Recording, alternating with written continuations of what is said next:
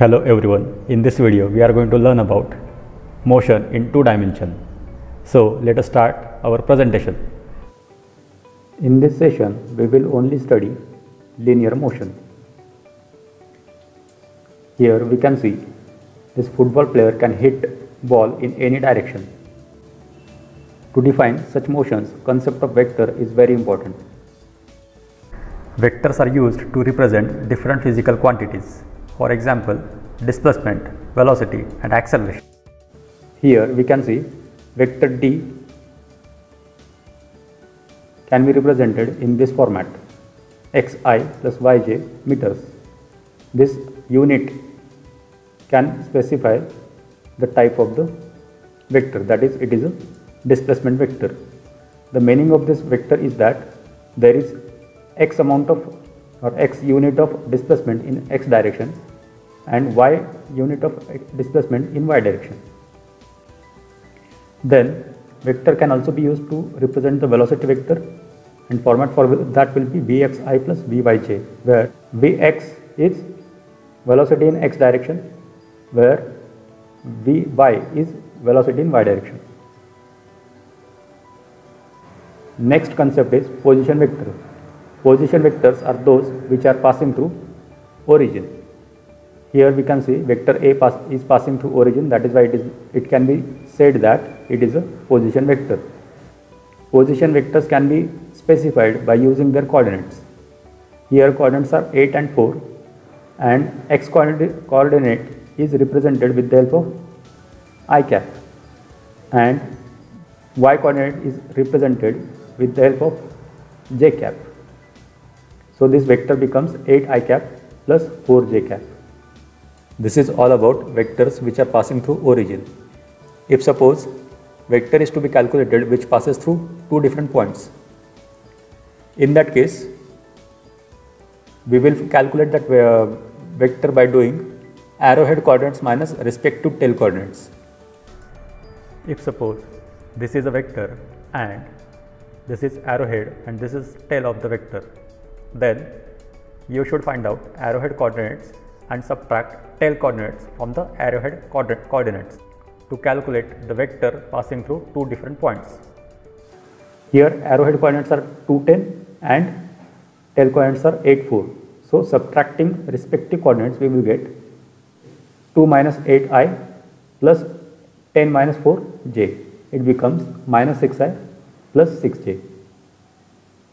So this way one can calculate the vector passing through two different points. Next concept is about addition of multiple vectors which are in loop. For vector addition of such loops, for example this p, q, r, s, t, here vectors in the direction of the loop will be taken as positive and vectors in the opposite direction of the loop will be taken as negative. So vector A is in the direction of the loop, that is p, q, and qr is in the opposite direction of the loop. So that this vector will be taken as negative vector. Vectors which are considered from tail to head are taken as positive, and vector B here is from head to tail. The vector B is considered from head to tail, that is why it is negative vector. So such two vectors are there, one is vector B and other one is vector E, because in P, Q, R, S, T this vector is in opposite direction. That is why here we can see the vector B is negative and also vector E is negative. All the remaining vectors are positive. Vectors can be transferred to any position in space without changing its magnitude and direction. That means if suppose there are two different vectors and one is, these two vectors can be added only if the head leads to the tail. That means one arrow should lead to the tail of the second vector. That means this vector can be transferred up to the head, and now you will get the output for this vector. Similarly, one can transfer the vectors in any position without altering their magnitudes. So this is another example. Here again we can see that both the vectors are meeting at the tail. That is why we need to transfer this vector to the head of another vector. So this is transferred now. Now this will give from this tail to the next arrowhead, the total output of the resultant vector will be this. So magnitude of the resultant will be equal to square root of x square plus y square, where x is the length of this vector and y is the length of this vector. If suppose there is angle theta in between two different vectors, here again we can see the tails are mating at this point. That means to add the vectors we need to transfer this vector up to this arrowhead.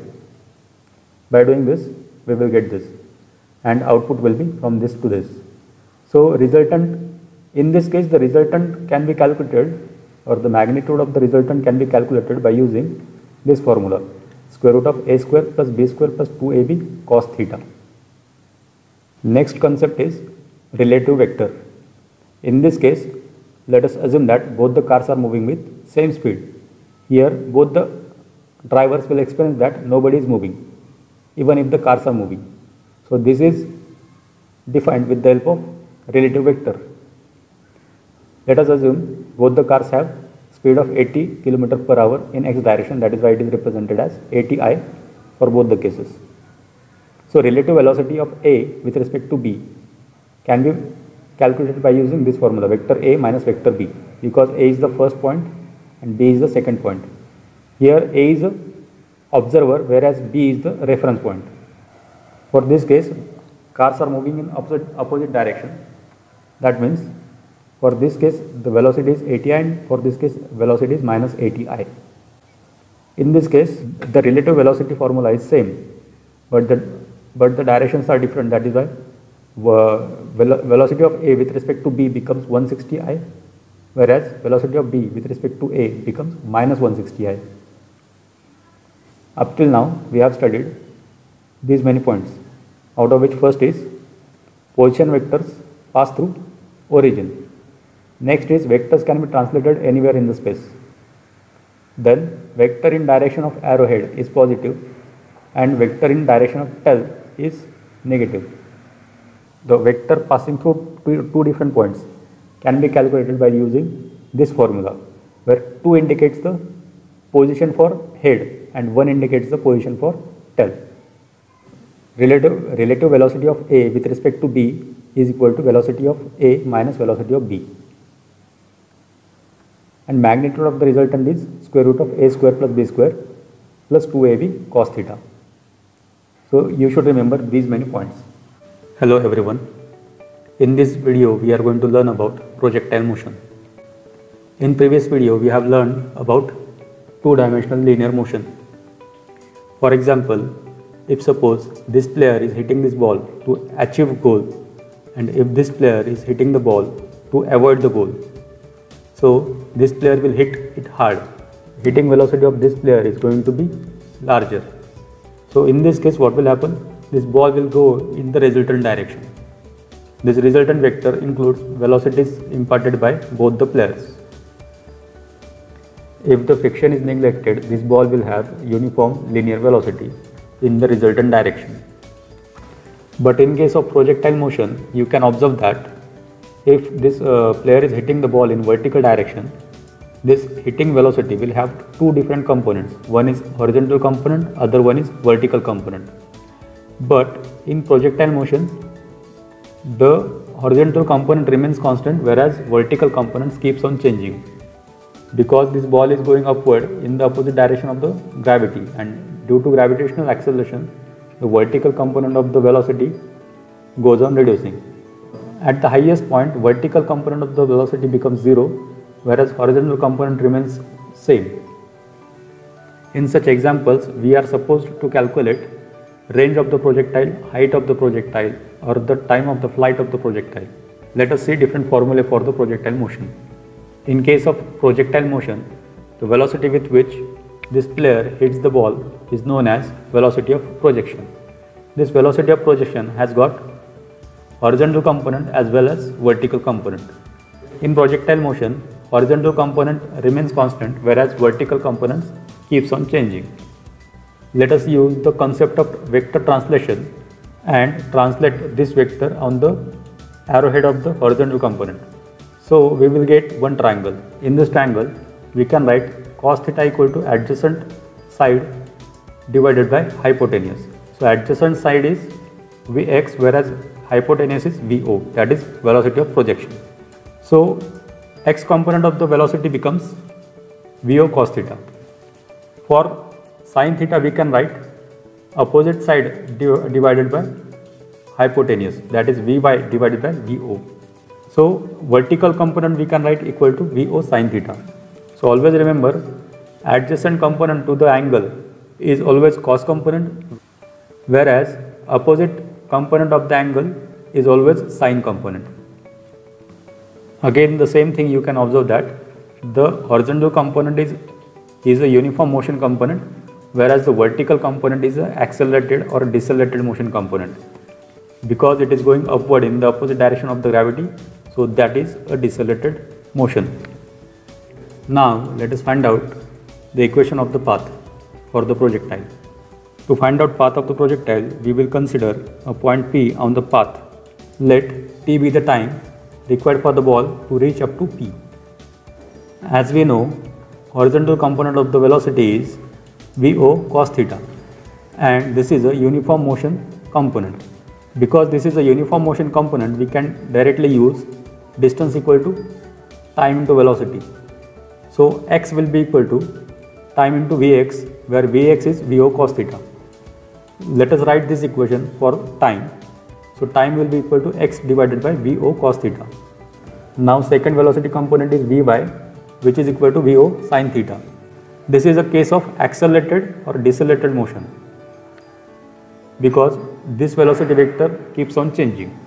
To find out displacement in vertical direction, we need to use third equation of motion, because it is accelerated motion. Here y equal to ut plus half at square.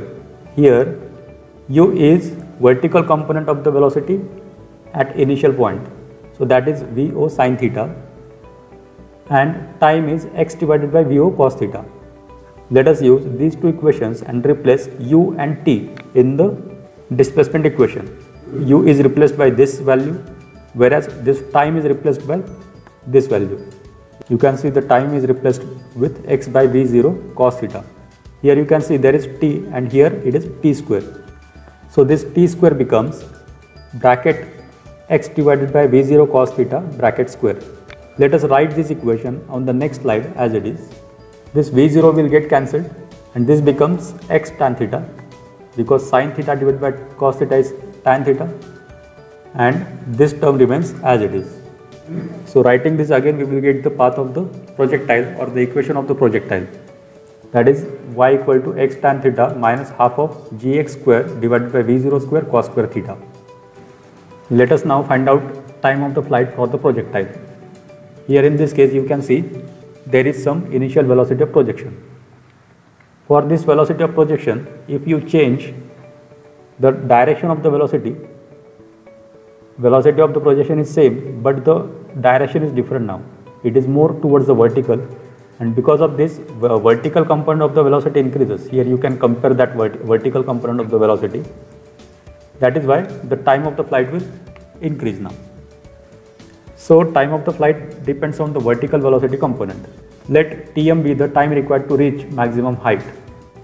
Because vertical motion is the accelerated motion, we will use first equation of motion for accelerated motion, that is V1 equal to Vo minus Gt, where Tm is the time required to reach at the maximum height.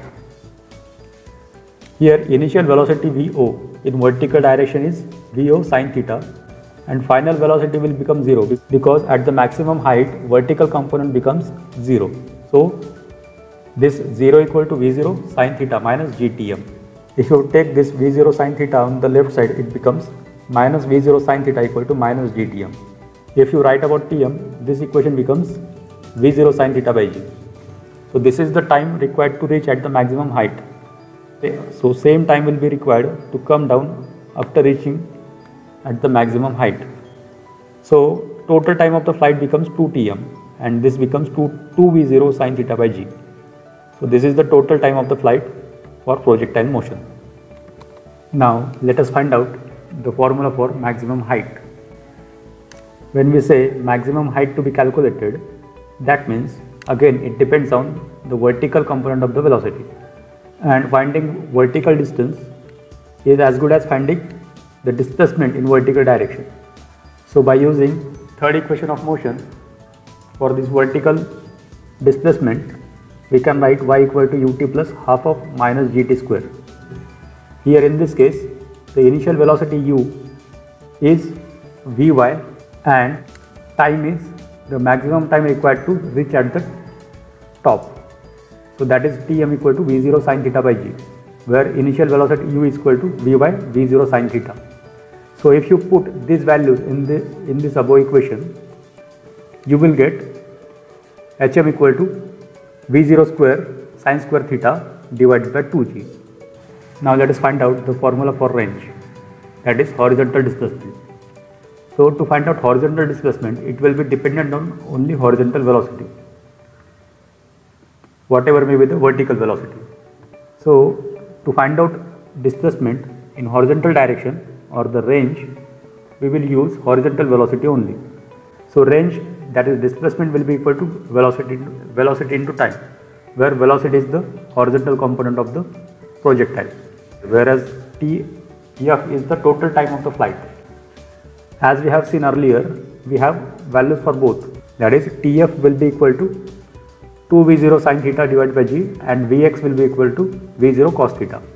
So by using these two values in this range formula, we can write this. Here you can see that 2 into sin theta cos theta will become sin 2 theta and all other terms will remain as it is. So range will be equal to v0 square sin 2 theta divided by g. To have maximum range, this sin 2 theta should be equal to 1, because maximum value for sine function is always 1. So in that case 2 theta should be equal to 90 degrees and theta will become 45 degrees. The meaning of this thing is that even if the angle of projection is less than 45 degrees, you will get the less range, and even if the angle is more than 45 degrees, you will get the less range. So range will be maximum only if the theta is equal to 45 degrees for specific velocity of the projection. So you should remember all these points. First point is the equation of trajectory or path. Second point is the total time of the flight, maximum height, range, and the condition for maximum range, that is theta should be equal to 45 degrees. If you remember these things, this will help you to solve the problems in exam. Hello everyone, welcome to the most systematic way of learning physics. Here we use graphics, animations and real life examples to make you understand difficult concepts in easier way, that too in shortest possible time. If you want these PPTs or notes, you can contact us on these given details. In this session we will learn about circular motion.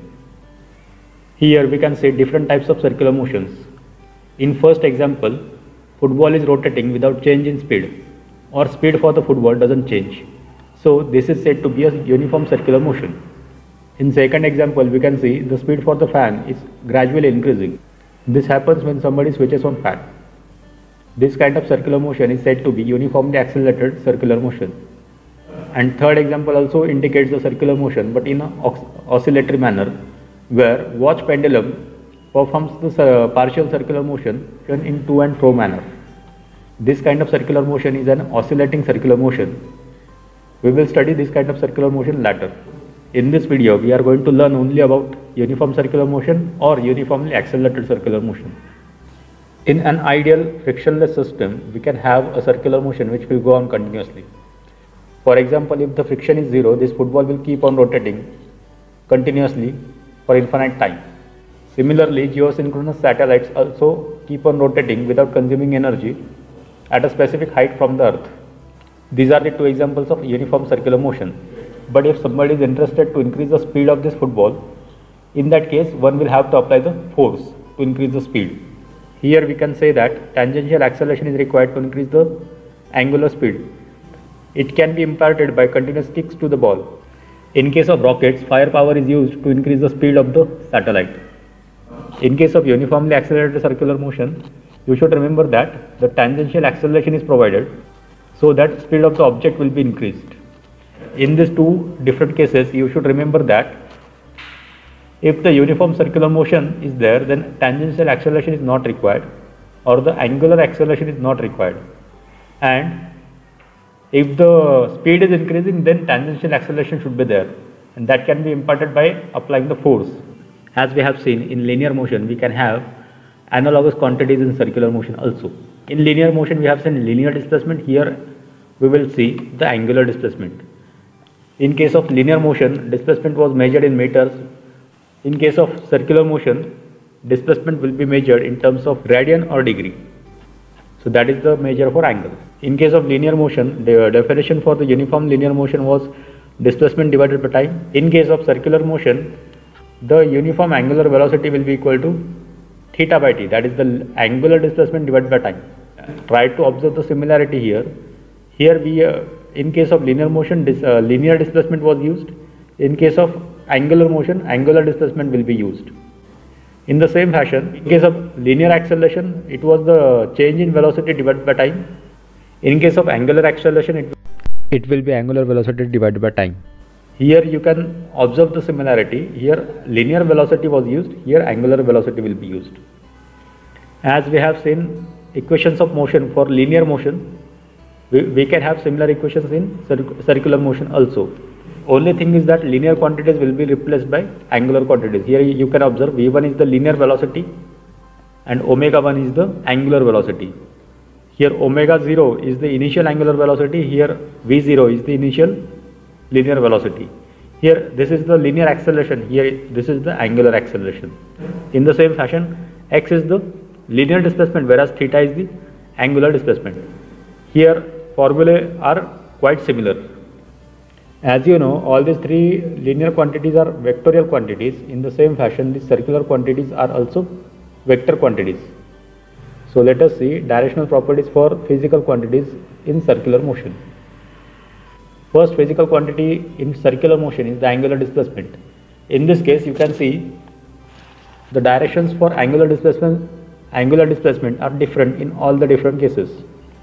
To find out the direction for angular displacement, right hand rule is used. In this, one can curl the fingers of the right hand in the direction of the circular motion.